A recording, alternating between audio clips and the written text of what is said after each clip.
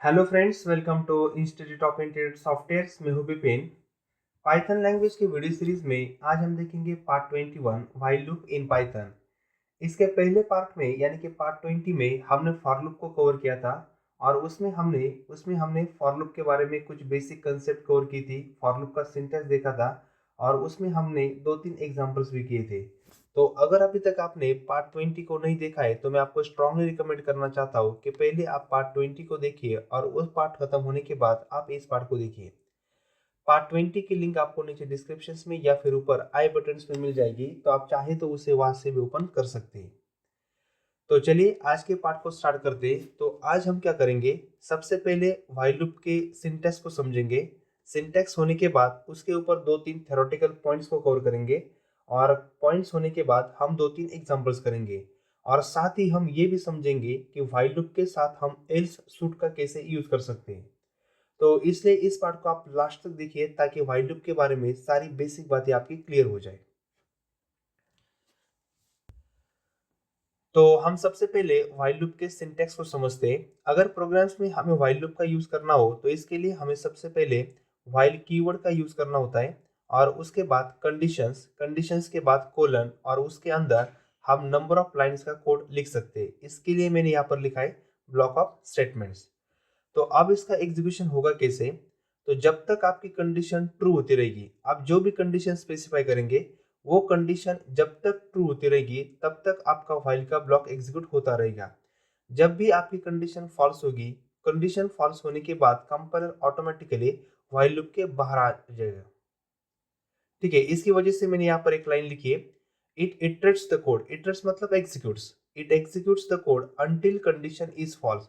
जब तक आपकी कंडीशन फॉल्स नहीं होती, यानी कि जब तक ट्रू होती रहेगी, जब तक आपकी कंडीशन फॉल्स नहीं होती तब तक आपका व्हाइल का ब्लॉक एग्जीक्यूट होता रहेगा।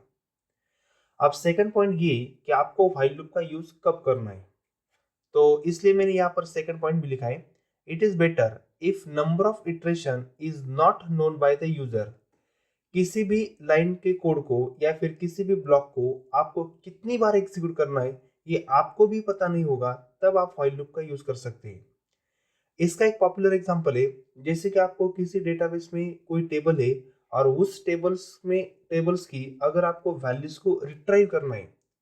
टेबल में कितनी रो है आपको पता नहीं है, सिर्फ आपको डेटाबेस का नाम पता है और टेबल का नाम पता है, लेकिन उस टेबल्स में कितनी रोज है ये आपको पता ही नहीं है। और उस टेबल से अगर आपको वैल्यूज को रिट्राइव करना है तो ऐसे समय आप फाइल का ब्लॉक यूज कर सकते हैं, फाइल लूप का आप यूज कर सकते हैं। ठीक है, अब हम इसके ऊपर एक दो एग्जांपल्स करते हैं। एग्जांपल होने के बाद हम व्हाइल के साथ एल्स सूट का भी यूज करेंगे। तो चलिए प्रोग्राम्स के लिए मैं नोटपैड को ओपन कर लेता हूँ। तो सबसे पहले हम प्रोग्राम को सेव कर लेते हैं। सेव करने के लिए कंट्रोल एस, और मैं इस प्रोग्राम को ई ड्राइव पे सेव कर लेता हूँ। ठीक है, ई ड्राइव प्रोग्राम को नाम देता हूँ सैंपल। वैसे आप प्रोग्राम को कुछ भी नाम दे सकते हैं, सिर्फ आपको एक्सटेंशन देना होता है .py, एंटर। ठीक है, तो प्रोग्राम को मैंने सेव किया। अब मुझे सबसे पहले जो कोड करना है उसमें मुझे सिंपली 1 से लेकर 10 तक वैल्यू प्रिंट करनी है। यानी कि मेरा टारगेट सिंपल है, मुझे ऐसा लूप यूज करना है कि जो स्टार्ट होने वाला है 1 से और वो एंड कहाँ पे होने वाला है 10 पे। तो अब इस प्रोग्राम का लॉजिक कैसे होगा मुझे इस प्रोग्राम में सबसे पहले इनिशियलाइजेशन करना होगा। इनिशियलाइजेशन मतलब मुझे स्टार्टिंग कहाँ से करनी है, तो कहाँ से करनी है मुझे 1 से। उसके बाद मुझे कंडीशन स्पेसिफाई करनी होगी कि मुझे कहाँ तक जाना है, तो कहाँ तक जाना है मुझे 10 तक। और उसके बाद मुझे वैल्यू को एक एक से इंक्रीमेंट करना होगा, जैसे 1 2 3 4 5। जैसे ही आप इनिशियलाइजेशन, कंडीशन और इंक्रीमेंट को स्पेसिफाई करेंगे वैसे ही आपका प्रोग्राम कंप्लीट हो जाएगा। तो चलिए सबसे पहले हम इनिशियलाइजेशन कर लेते हैं। इनिशियलाइजेशन के लिए मैं यहाँ पर एक वेरिएबल यूज कर लेता हूँ x, और मुझे कहाँ से स्टार्ट करना है 1 से। तो इसे मैं सिंपल वर्ड्स में कहूँगा इनिशियलाइजेशन, यानी कि ये प्रोग्राम का एग्जीक्यूशन कहाँ से स्टार्ट होगा 1 से। अब उसके बाद मुझे व्हाइल का ब्लॉक यूज करना है। तो व्हाइल का ब्लॉक यूज करने के लिए हम सबसे पहले लिखेंगे व्हाइल कीवर्ड और आगे मुझे कंडीशन स्पेसिफाई करनी है। तो कंडीशन यानी कि एंड पॉइंट, आपको उस लूप को कहाँ तक एग्जीक्यूट करना है। तो हमें इस लूप को कहाँ तक एग्जीक्यूट करना है 10 तक। तो मैं कंडीशन कैसे डालता हूँ, वेरिएबल कौन सा है हमारे पास x, और हमें कहाँ तक प्रिंट करना है 10 तक। अब इन दोनों के बीच में मुझे या तो लेस देन का साइन यूज करना है या फिर ग्रेटर देन का साइन यूज करना है। तो अगर आपने C language, C plus plus language को अगर पढ़ा होगा या फिर जावा लैंग्वेज को भी अगर आपने पढ़ा होगा, तो आपने एक चीज फोकस की होगी। हम for loop, file loop, if, else, else if में जो भी कंडीशन स्पेसिफाई करते हैं उसमें मैक्सिमम लेस देन या फिर ग्रेटर देन का ही साइन यूज होता है।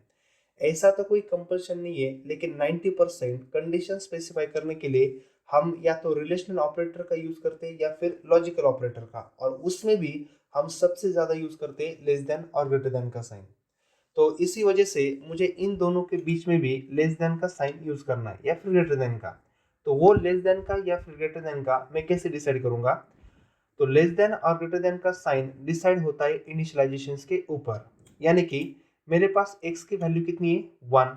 और वो जो 1 वैल्यू है x की, वो 10 से स्मॉल है, 10 से कम है, इसलिए मैं यहाँ पर डालूंगा लेस देन। और मुझे आउटपुट में 10 भी चाहिए, इसलिए मैं यहाँ पर यूज करूंगा इक्वल्स टू।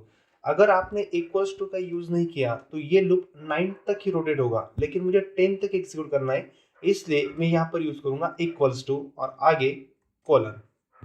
ठीक है, कोलन इंडिकेट कर रहा है व्हाइल लूप के ब्लॉक को। तो अब व्हाइल का ब्लॉक स्टार्ट होगा और यहाँ पर सबसे पहले स्पेस दीजिए। उसके बाद हमें x की वैल्यू को प्रिंट करना है, तो मैं प्रिंट कर लेता हूँ, प्रिंट डबल कोट में एक मैसेज वैल्यूज, उसके बाद कॉमा, वेरिएबल कौन सा है हमारे पास? x। तो मैंने इनिशियलाइजेशंस को भी स्पेसिफाई किया, उसके बाद कंडीशंस भी स्पेसिफाई की, और उस x की वैल्यूज को भी प्रिंट भी कर रहा हूँ। लेकिन अब उसके बाद x की वैल्यू कितनी हमारे पास? स्टार्टिंग में 1 है, तो 1 के बाद वो 2 होनी चाहिए, 2 के बाद 3 होनी चाहिए, 3 के बाद 4 होनी चाहिए। तो इसलिए मुझे यहाँ पर करना पड़ेगा x प्लस प्लस। ठीक है, यानी कि x की वैल्यू क्या हो जाएगी? x से इंक्रीमेंट हो जाएगी। तो चलिए हम देखते हैं ये प्रोग्राम एग्जीक्यूट होता है या फिर नहीं। अगर एरर आता है तो उस एरर को भी हम क्लियर करेंगे, और अगर नहीं आता है तो हम नेक्स्ट कोड को जाएंगे। तो सिंपल इसके एग्जीक्यूशंस में हमारा 1 से स्टार्ट होगा, वैल्यू 10 तक जाएगी, प्रिंट भी हो जाएगी, और वो एक एक से इंक्रीमेंट हो जाएगी। कंट्रोल एस करके कोड को सेव कर लेता हूँ। अब मैं इसको रन करूंगा। ठीक है, रन करने के लिए कमांड प्रॉम्प्ट, हमारा प्रोग्राम ई ड्राइव पे सेट है, ई ड्राइव पे हमने सेव किया है, तो सबसे पहले मैं ड्राइव को चेंज कर लेता हूँ, ई ड्राइव। और यहाँ पर हम फाइल को एक्सिक्यूट कर लेते हैं, पाइथन, फाइल का नाम sample.py, एंटर। ठीक है, तो यहाँ पर एक एरर शो हुआ। मुझे पता था एरर आने वाला है कि लेकिन एरर क्या देखते पहले। एरर आ रहा है x प्लस प्लस पे। तो पॉइंट ये कि C language, C plus plus language या फिर जावा लैंग्वेज में किसी भी वेरिएबल्स को अगर आपको इंक्रीमेंट करना हो या फिर डिक्रीमेंट करना हो, तो इसके लिए हम प्लस प्लस या फिर माइनस माइनस साइन का यूज करते हैं। इंक्रीमेंट के लिए प्लस प्लस और डिक्रीमेंट के लिए माइनस माइनस। लेकिन पाइथन लैंग्वेज इंक्रीमेंट और डिक्रीमेंट को सपोर्ट नहीं करता है, यानी कि प्लस प्लस और माइनस माइनस को सपोर्ट नहीं करता है। हमें x को तो इंक्रीमेंट करना ही, अगर हम x को इंक्रीमेंट नहीं करेंगे तो वैल्यू 1 से लेकर इंक्रीमेंट होगी नहीं। लेकिन इंक्रीमेंट करने के लिए हम प्लस प्लस या फिर माइनस माइनस साइन का यूज नहीं कर सकते, क्योंकि पाइथन इसको सपोर्ट नहीं करता है। तो फिर हम इंक्रीमेंट कैसे करेंगे? तो हम क्या करेंगे, x के में जो भी वैल्यू है उसमें हम +1 करेंगे, और जो भी रिजल्ट होगा उसे हम कहाँ पे स्टोर करेंगे? x में। यानी कि सबसे पहले x में कितनी है? 1। सबसे पहले x में कितनी है? 1। 1 + 1 कितनी हो जाएगी? 2। फिर से लूप एग्जीक्यूट होने के बाद x की लेटेस्ट वैल्यू 2, 2 + 1 3, 3 + 1 4, 4 + 1 5, 5 + 1 6। ऐसे वो इंक्रीमेंट होती जाएगी, और इंक्रीमेंट होने के बाद हर बार हमारा रिजल्ट किस में स्टोर होने वाला है? x में। तो ये लूप एग्जीक्यूट होगा आपका 10 तक। ठीक है, फिर एक बार कंट्रोल एस करके सेव कीजिए और इस कोड को एग्जीक्यूट करके चेक कीजिए। अब ये प्रोग्राम एग्जीक्यूट होगा। ठीक है, तो हमने स्टार्टिंग की थी 1 से, और कहाँ पर एंड किया हमने? 10 तक। अब उसके आगे मुझे सेकंड कोड करना है। ठीक है, ये हमारा पहला कोड था, बहुत ही सिंपल था, हमने 1 से लेकर 10 तक वैल्यू प्रिंट की। अब मुझे अपोजिट करना है, यानी कि 10 से लेकर 1 तक करना है। तो आपको कोड में क्या करना पड़ेगा? सबसे पहले इनिशियलाइजेशन को चेंज कीजिए। अब यहाँ पर मुझे 10 से लेकर 1 तक जाना है, तो सबसे पहले आपको इनिशियलाइजेशन करना होगा। इनिशियलाइजेशन मतलब स्टार्टिंग पॉइंट, तो स्टार्टिंग कहाँ से करनी है मुझे? 10 से। उसके बाद कंडीशन, कंडीशन मतलब एंड पॉइंट, मुझे कहाँ तक जाना है? 1 तक। ठीक है, मतलब 10 से लेकर मैं कहाँ पर जाऊंगा? 1 तक। और वैल्यू अब डिक्रीमेंट होनी चाहिए, और डिक्रीमेंट होने के लिए x - 1। ठीक है, इनिशियलाइजेशन भी कंप्लीट हुआ, उसके बाद कंडीशंस भी स्पेसिफाई की और वैल्यू को हमने एक एक से डिक्रीमेंट भी किया। अब यहाँ पर मुझे चेंज करना है। जैसे कि मैंने आपको पहले बताया था कि अगर कंडीशंस में आपको लेस देन या फिर ग्रेटर देन का साइन यूज करना है तो वो डिपेंड्स होता है इनिशियलाइजेशन से ऊपर। और यहाँ पर इनिशियलाइजेशन जो किया मैंने x की वैल्यू 10, वो 10 वैल्यू 1 से ग्रेटर है और ग्रेटर होने के बावजूद, ग्रेटर होने की वजह से मैं यहाँ पर यूज करूंगा ग्रेटर देन का साइन। ठीक है, कंट्रोल एस करके सेव कीजिए, कोड को एग्जीक्यूट कीजिए, कोड सक्सेसफुली एग्जीक्यूट हो जाएगा, 10 से लेकर 1 तक वैल्यू प्रिंट हो जाएगी। ठीक है, तो इस तरीके से आप व्हाइल लूप का यूज कर सकते हैं। तो व्हाइल लूप में आपको कौन सी चीजें स्पेसिफाई करनी होती है? इनिशियलाइजेशन, कंडीशन, उसके बाद जो भी आपका कोड होगा वो कोड, और सबसे बात अगर आपको इंक्रीमेंट करना हो तो इंक्रीमेंट कीजिए, डिक्रीमेंट करना हो तो डिक्रीमेंट कीजिए। ठीक है, तो अब हम चलते हैं हमारे इस वीडियो के लास्ट पार्ट की तरफ, यानी कि एल्स सूट की तरफ। तो मैं पहले स्लाइड को ओपन कर लेता हूँ। ठीक है, एल्स सूट। तो पॉइंट क्या है? In Python, it is possible to use else statement along with the for or while loop in the following format. हम जैसे for loop के साथ, हमने इसके पहले वीडियो में हमने देखा था कि for loop के साथ हमने else को कैसे यूज किया था, सेम उसी तरीके से हम while loop के साथ भी else को एक्सिक्यूट कर सकते हैं। सिंटेक्स में ज़्यादा कोई डिफिकल्ट नहीं है, जैसे कि हमने while loop का सिंटेक्स स्पेसिफाई किया था, उसके आगे ही हमें किसका ब्लॉक लिखना है? सिर्फ else का ब्लॉक लिखना है, else कोलन और उसमें भी ब्लॉक ऑफ स्टेटमेंट्स। अब इस एल्स के बारे में आप 2 पॉइंट अपने दिमाग में फिट करके रखिए। पॉइंट्स क्या हैं? एल्स ब्लॉक कब एग्जीक्यूट होता है? तो जब आपकी व्हाइल की कंडीशन फॉल्स होती है, फिर वो हो सके कि पहली बार ही फॉल्स हो या फिर मल्टीपल टाइम एग्जीक्यूट होने के बाद फॉल्स हो। जैसे ही व्हाइल की कंडीशन फॉल्स होगी वैसे ही एल्स ब्लॉक एग्जीक्यूट होगा, कंडीशन फॉल्स होने के बाद। और सेकंड पॉइंट, एल्स ब्लॉक सिर्फ एक ही बार एग्जीक्यूट होता है। जैसे व्हाइल का ब्लॉक मल्टीपल टाइम एग्जीक्यूट होता है, लेकिन एल्स का ब्लॉक सिर्फ एक ही बार एग्जीक्यूट होता है। ठीक है, तो चलिए इसके ऊपर हम 2 एग्जांपल्स करते हैं। मैं पहले नोटपैड को ओपन कर लेता हूं। ठीक है, तो हम इसी कोड में चेंज करके देखते हैं। जैसे कि व्हाइल लूप में हमने क्या किया था, 10 से लेकर 1 तक वैल्यू प्रिंट की थी, तो मैं पहले कोड को वैसे की वैसे रखता हूं, सिर्फ इसके आगे मैं स्पेसिफाई करूंगा एल्स सूट को। ठीक है, उसमें एक लाइन को प्रिंट कर लेता हूं, प्रिंट डबल कोट में एक मैसेज लूप टर्मिनेट्स। आप एल्स ब्लॉक में कुछ भी कोड लिख सकते हैं, मैं सिर्फ आपको कंसेप्ट समझा रहा हूं, सिर्फ हम कोड के एग्जीक्यूशंस को समझेंगे। तो यहाँ पर व्हाइल लूप में 10 से लेकर 1 तक की वैल्यू प्रिंट हो जाएगी। 1 तक वैल्यू प्रिंट होने के बाद ये कंडीशन फॉल्स हो जाएगी, और जैसे ही कंडीशन फॉल्स हो जाती है वैसे ही कंपाइलर एल्स ब्लॉक को एग्जीक्यूट करेगा और हमें आउटपुट में प्रिंट करेगा लूप टर्मिनेट। कंट्रोल एस, मैं कोड को रन करके दिखाता हूँ इस तरीके से।